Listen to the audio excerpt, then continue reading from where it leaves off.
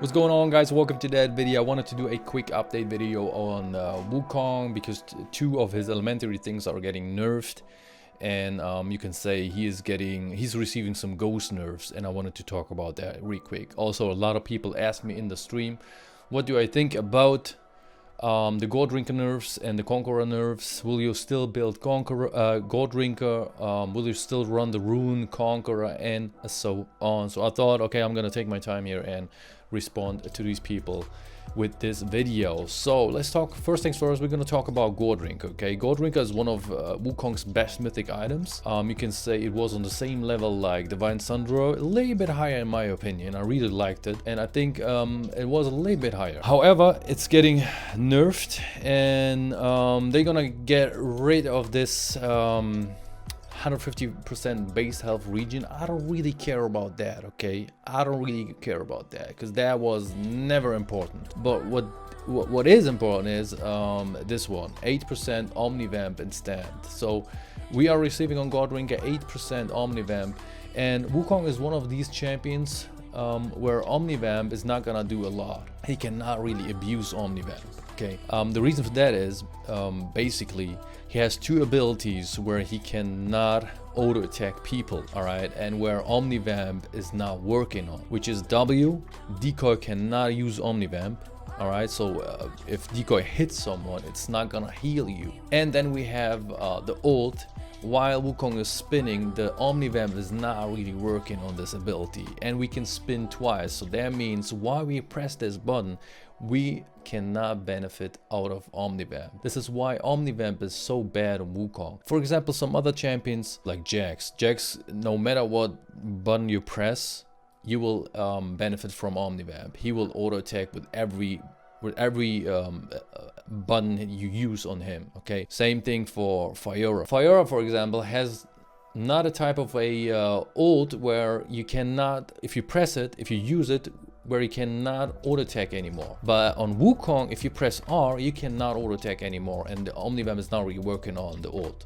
Alright, so this is why it's so bad on Wukong actually. Omnivamp is not really good on Wukong. He cannot abuse it like other champions can. Then we have Thirsting Slash. Active damage changed from 100% AD to 175 base AD. The reason why why Riot did this is basically to get rid of all the assassins building this item, because that was the problem. Assassins like Talon or Zed, they used to build this item because it has 100% AD physical damage, so it scales with 100% AD physical damage. So that means if you build a lot of AD damage, like an assassin wants to do it, then you will still do a lot of damage with Goredrinker. Okay, now they changed it actually to 175% base AD physical damage. So that means bruises this will be more like a bruiser item, not an assassin item anymore, because 170% base AD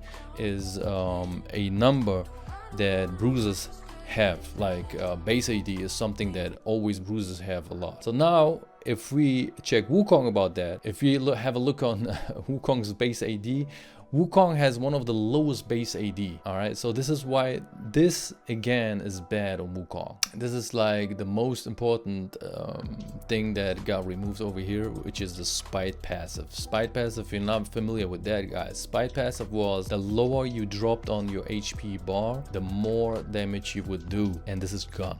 So when we dropped low as Wukong, we would have done more damage with this Spite passive. This is why Goredrinker was so good. You just engaged on the people in these team fights on the enemy team. You did your stuff, you dropped low. Every HP that you lost, you would have done more damage. And then once you drop low and you are in between like 4 or 3 people, you just pressed Gore and you got a lot of health back. This is why Gore was so good on Wukong. This one is a big nerf. Not only to Wukong, yes, not only to Wukong, but it's a big nerf to Wukong. The way to go is definitely from now on Divine Sunderer. This is what I will build, and the question is to you guys, what mythic item will you build? Question mark. You can comment below, Tell me what mythic item you want to build on Wukong from now on. Will you still run Goredrinker? Will you go to other mythics? There are a lot of mythics that are possible for Wukong. Immortal the Shield Bow is an option. Stridebreaker is an option. I think I'm gonna do a tier list. Guys, what do you think about it? Should I come up with a tier list about the best mythic items on Wukong? If you want to see that, just comment below. Hit the like button. Let's say if we hit like 100, 150, 150. I think 150 is a good number. Somewhere between 100 and 150.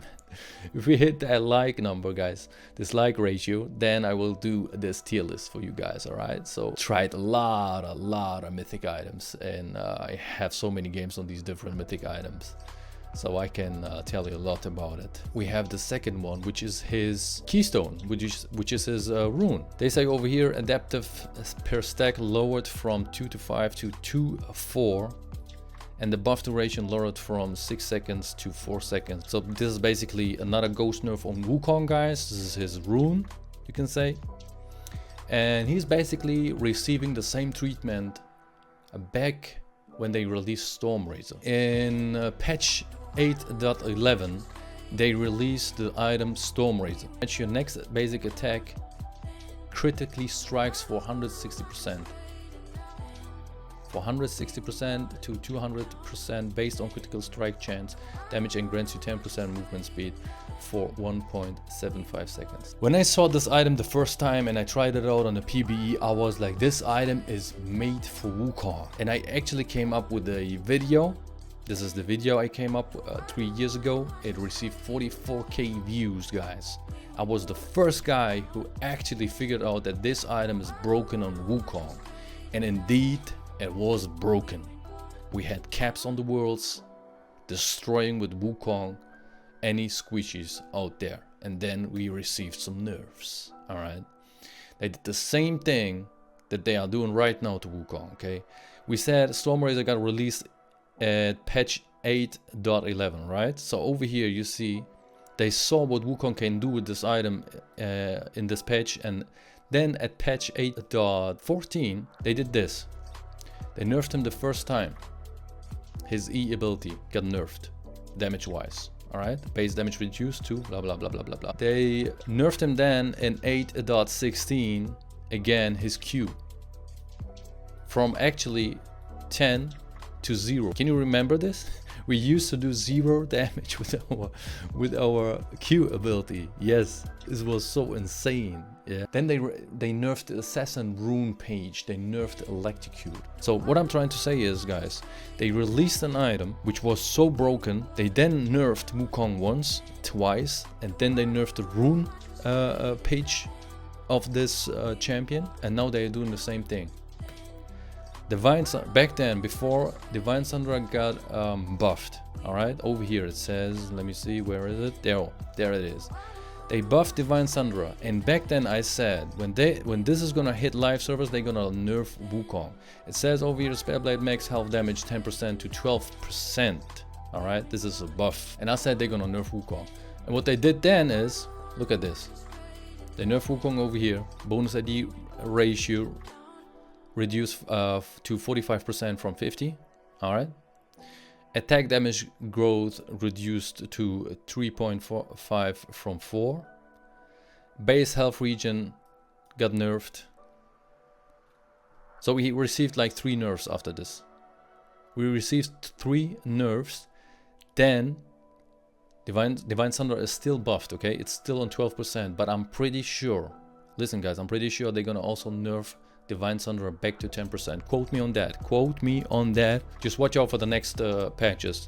I'm pretty sure they're gonna nerf Divine Sundra back to 10%. And we're gonna stay with these nerfs. Alright? So they nerfed it 3 times. Now they're nerfing a mythic item, and then they are nerfing the rune.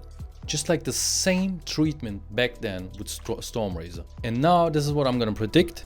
They're gonna nerf Divine Sundra on top of that, and we're gonna stay with all the nerfs that we received. This is the quick update video, guys. Leave me your thoughts in the comments, and tell me what kind of mythic item you will be building from now on. Maybe also the rune. I think I will stay with the Conqueror. Maybe you're gonna change it to something else. The next rune that you really can take is Electrocute. What are your thoughts about that, guys? Will you take Electrocute? No? Question mark? Answer these in the comments. I would love to read from you. And with that being said, guys, hey, have fun playing League of Lego.